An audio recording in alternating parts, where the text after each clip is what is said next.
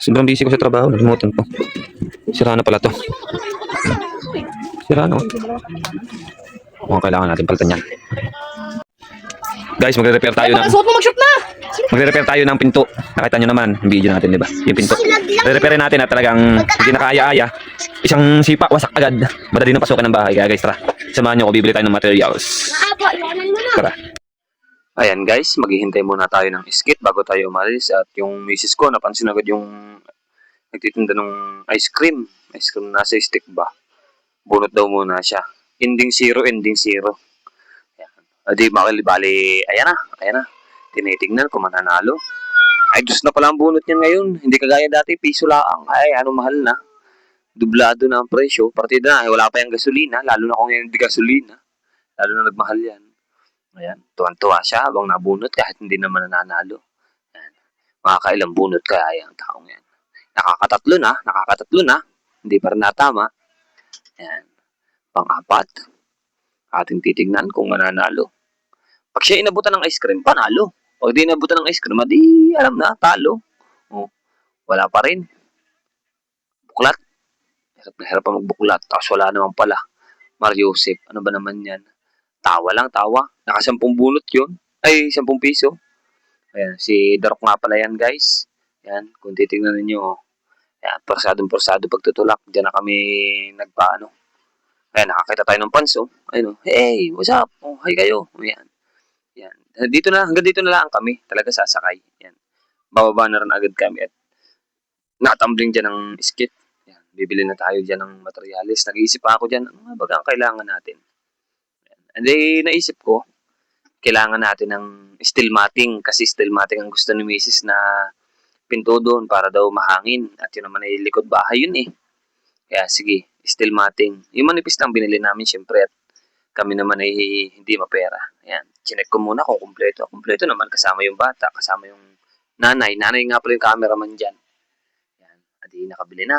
Ayan, itong isang kahoy lang pinagkasya namin. Ayan, isang kahoy na 12 ang haba.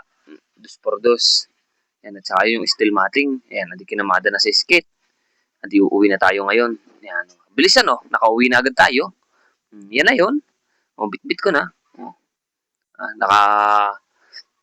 Puting damit tayo habang magtatrabaho. Bit-bit natin yung ano at yung kahoy naman, bit-bit ng ating kasama na mag-i-skit. Si Darok, kumbaga. Darok nga palang pangalan nun. Yan. Bali, magbabayad na sana ako pero sabi ni Utol, siya na daw magbabayad. Yan, nagtatawaran pa yung dalawa. Yan, magkano ba? 5 piso, pwede na. Aba, hindi naman pwede, sabi. O ito, 10. Aba, hindi naman pwede. Nagbayad na siya, 70. Yan. At yan ay galante pag may pera. Akala ko talaga may katulong ako dito pag gagawa ng pinto. Yung pala, paalis yung aking kapatid. Magpapabunot daw ng ngipin. Ayan, pupunta daw siyang Lucena. Adi na nangyari. Hala, sige. Sulo na ako din eh. Bayain na. Ayan, adi hindi ko pa alam kung paano ko sisimulan yung paggagawa. Ayan, ano kaya magandang gawin din eh. Binaklas ko muna. Ang hirap maklasin itong pintong ito ah. Ano kaya magandang gawin din eh. Ang pangit ng martilyo, kulang sa gamit, walang metro, walang eskwala. Aba, ano ba ang paggagawa are? Pacham ito, pacham. Sige, baklasin na natin. Di habang nagbabaklas, ako'y napapaisip na din dyan. Sabi ko, ba't kaya garne? May model sa harap ko. Aso, si Bugsyak. Bugsyak nga pala pangalan ng aso na yan. Talaga namang nakikisali pa sa video. Siya pa nasa unahan ng camera. Bali, maghuhubad muna tayo. Siyempre, mabanas eh. Abay, di kaya ang init. Eh, pumunta na lang ang pulis kung gusto manghuli. Nadito lang ako sa gilid ng bahay, oh. Ayan, hulihin nyo na ako. Ayan, at mahigit may ebidensya, yung video. Dali, tikitan ninyo ako, maigi rin. Na may mga content tayo na bago. Wala na ako maisip na content eh. Di, baklas-baklas muna tayo habang wala pa yung mga pulis. Pero wala talaga napuntang pulis dito kaya ako'y naguhubad. At saka nasa bahay naman ako Abay, ako'y may gagawin eh. Abay, wala silang magagawa. At ako'y binabanas eh, naiinitan eh. Di, solo nga tayo, nagbabaklas. Kailangan natin ng alalay talaga sa ganito. Pagka mga gantong pinto lang, ay kaya naman. Ang problema, eh pagka solo, mahirap din. Lalo na pag magkakabit ng bisagra. Ayan, ang hirap. Nag-iisa. Kailangan talaga kahit dalwalaan kayo. Yan, pwede na. At yung nasa likod nga pala namin, yan ay sukalan. Sukalan, pero pag nakalampas ka dun sa sukalan, na doon na yung ginagawang subdivision. Doon kami nagbabike ni Mrs. Lalo na pagka pupunta kami palengke. Doon din ako nadaan bago ako pupunta ng trabaho. Pero sa gabi, pagka ako pa uwi na, hindi na ako doon nadaan. Gawa ng nakakahiya din naman sa mga na doon. At baka may mga tulog na, tapos ako'y magigising pa. Halimbawa, may mga aso doon na magtahulan. Kaya di ako doon nadaan. At ayan, napaklas na natin. Kukunin natin dito yung mga importante pang pipwede. Ano kaya pipwede din eh. Kaya siguro yung kahoy na rin pinupukpok ko nga rin. Ayan, tinanggal natin yung plywood. Sunod natin na itong mga dos na ito. Siya yung gagamitin natin na pandagdag dun sa ating kahoy na nabili. At yun ay, yung kahoy natin ay gagasino lang yun eh. Isang peraso na 12 ang haba, kukulangin yun. Kaya kailangan talaga natin ito. Yan. Hindi, siyempre, solo ako. Wala nakakahalata sa akin para tumulong. Ayan. Pahing ganto ganyan. Kunwari ako may labor. Di wala natulong talaga.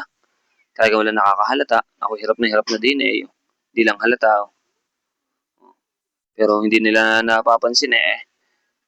Bili mo ng yelo kayo dyan. At ako'y nauuhaw din. Para mamaya pag ako'y gusto kong may maiinom na malamig. Yan, kinuha ko yung isang kahoy na yun. At yan, ang bilis ng mga pangyayari. Dumating yung kapatid ko. Talaga namang tinulungan ako sa aking mga ginagawa. At ayan, kitang-kita. O, rectangular na yung ating kahoy. Kumbaga may hubog na. Ilalagay na lang yung steel matting. At siya daw bahala maglagay ng steel matting. Kaya ginagawa ko, nagkakabit ako ng bisagra dito sa may ang tawag sa ganito. Basta dito sa may lagayan baga ng pinto. Hindi naman kasi kami karpentero, malay baga namin sa ganito. Kami pacham lang gumawa. Kami nga rin gumawa nitong bahay na ito. Yan, itong bahay na ginagawa na aming tinutulugan. Kami gumawa nito, kami magkapatid. Bali, pag minsan may natulong sa amin ng mga elders sa simbahan. Pero pag wala, sulo ko talaga kami. At yung mga pinanggawa namin yan, mga tira-tirang kahoy lang din. Kasi nagiba yung bahay namin noong bagyong Tesoy. At ayan ang bilis na ikabit agad napaka-quality. Napaka-angas Wala sa alay niyan, wala sa hulog pero kitang-kita nyo naman napaka-quality. Yan. Bali, kusina kasi yung likod niyan pero gaya na muna. At bubuuin din namin yan pero matagal pa. Ayan di ba? Kitang-kita nyo naman may pangit sa harap. Ay, pangit bagang may pinto sa harap, ibig kong sabihin. Tapos na ang aming gawa. Kitang-kita nyo naman, ilang oras kong ginawa yan. Labor, 600, pwede na. Kahit hindi na bayarang skill, bye-bye.